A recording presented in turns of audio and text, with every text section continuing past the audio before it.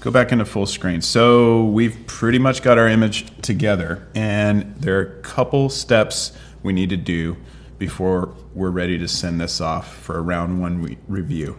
First one is I like to do a couple of moves at the end that sort of pull the whole image together, and one of those is using high pass, and the other is throwing a touch of grain across the surface. It's not always appropriate to do that. I think in this case it might just give it a little bit more consistent finished surface across the whole thing to bring it together just that much more.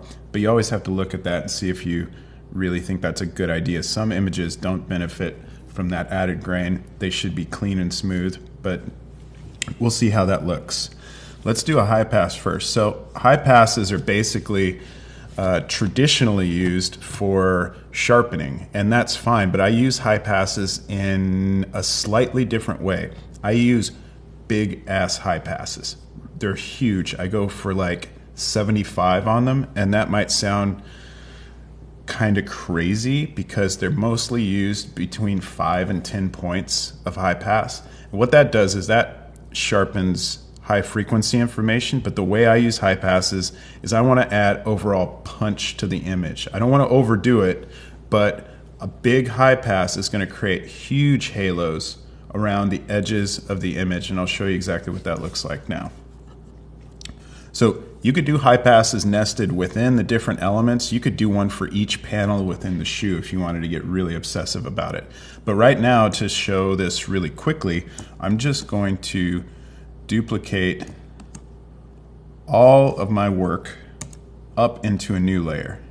So remember, holding Shift, Option, Command, and in the drop down, merging layers with them all selected will bring it up to a new layer. I'm going to convert this to a smart object because I always like applying filters as smart filters so I can go back and change them later. I'm going to go to Other and Filter and go to High Pass.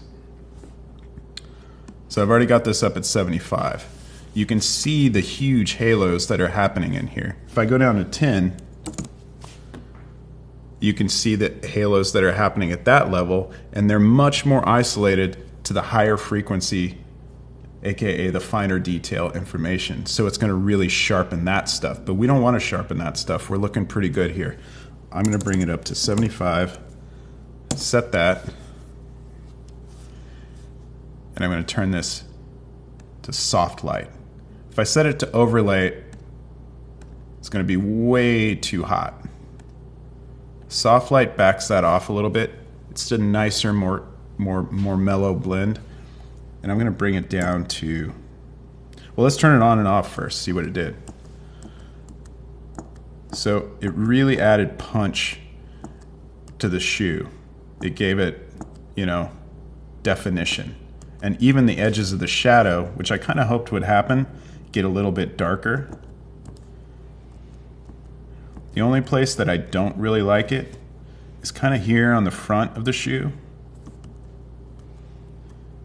And there's maybe too much on the liner. And there's also a halo getting introduced down here at the bottom. And I don't want that to happen because it sort of cuts off the continuity and the luminosity of the shadow right there. So what I'm going to do is apply a mask and just brush out the areas that I don't want to be affected by it.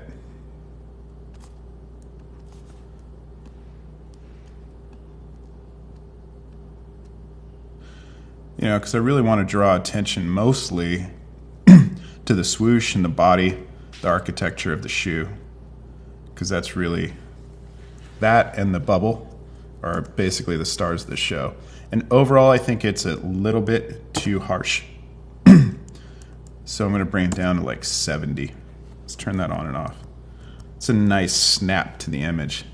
Might be too much. We can always dial it back, which is nice. Last thing you want to do, because high pass at these levels introduces a bit of a hue shift. It's not really hard. It's not really easy to see here. It's a little bit hard to see, but there is a hue shift happening.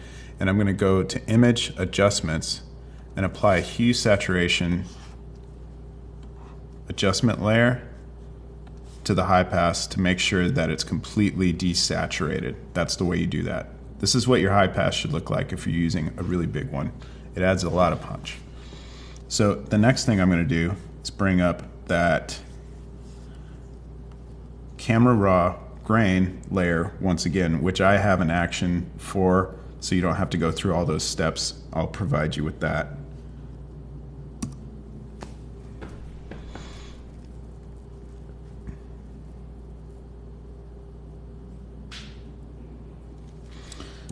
So let's cruise into 100%. Take a look at what that grain looks like.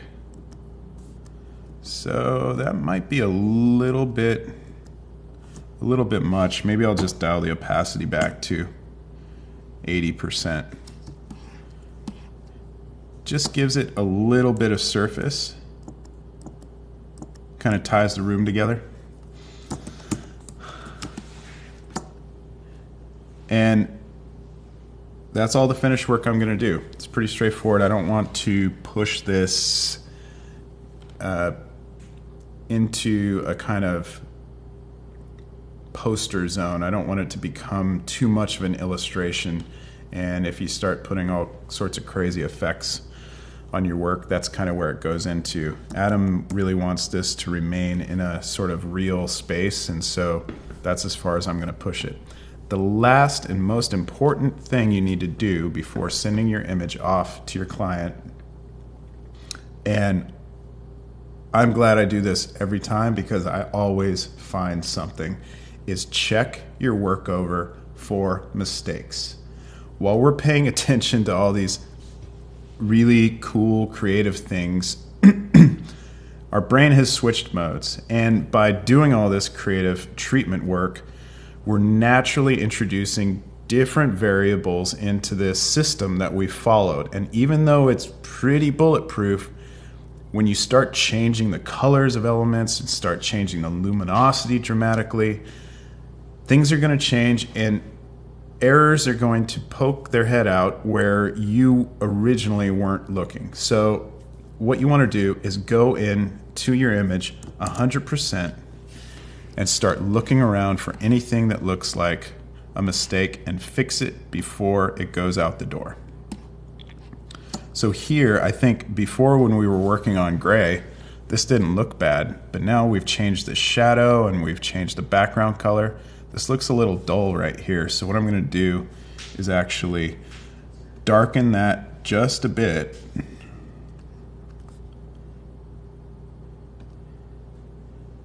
To see if I can get it to set in there a little bit better.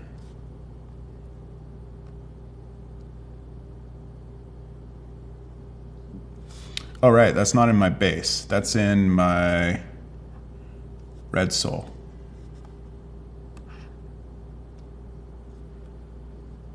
That's better. I'm going to brush that in.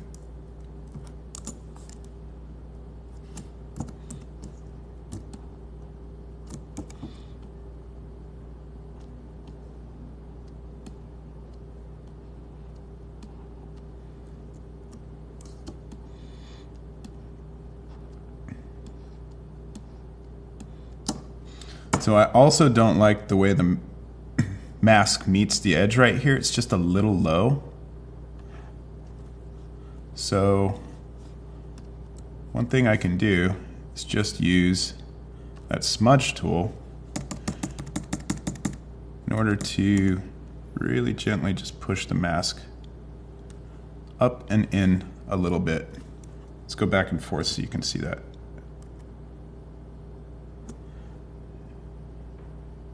And I'm just going to sharpen that a touch just because it probably got a little bit soft.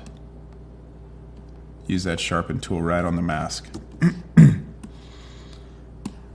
Okay, and I can totally see now where we introduced some edges here. So on the back of the shoe, because we softened this, now some of that background is coming through. So once again, we can go to the smudge tool, just gently bring this mask in. Not too much, just needs a touch.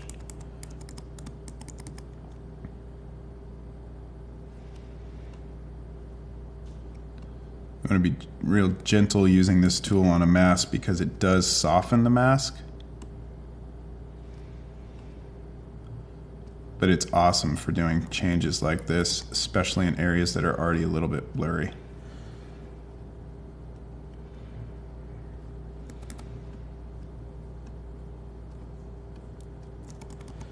I can soften that a little bit too.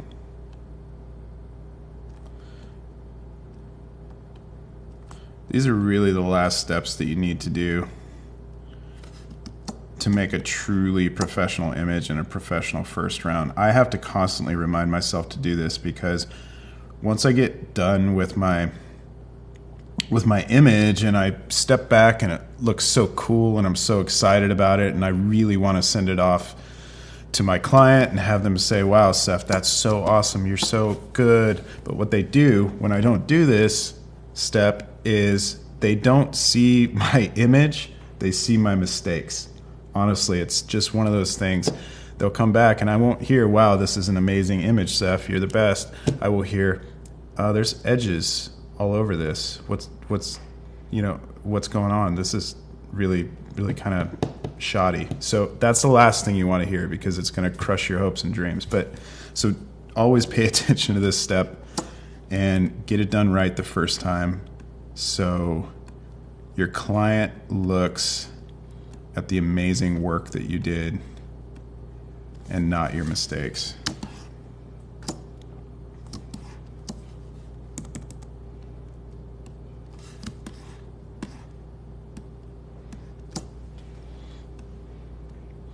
And in work that's this complex, there's so many opportunities for mistakes along the way. You may have your file set up perfectly, but just the fact that you made a simple change along the way will introduce something that you never planned for and that you probably could miss. So I can't emphasize the final check over enough.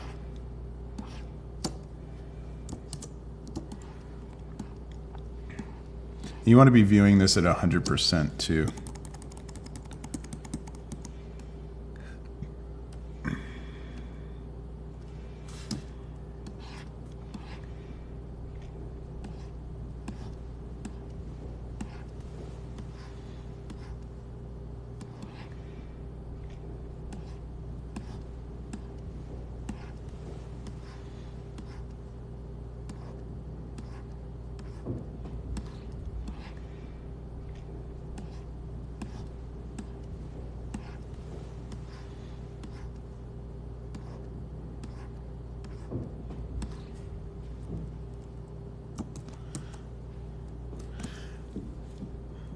So cool, I'm happy with that last quality check. I'm happy with all my edges, everything like that. I love this image. I think it's gotten to a really cool place and I can't wait to show Adam. So next we're gonna save out files for his first round review and send them off to him and see what he thinks.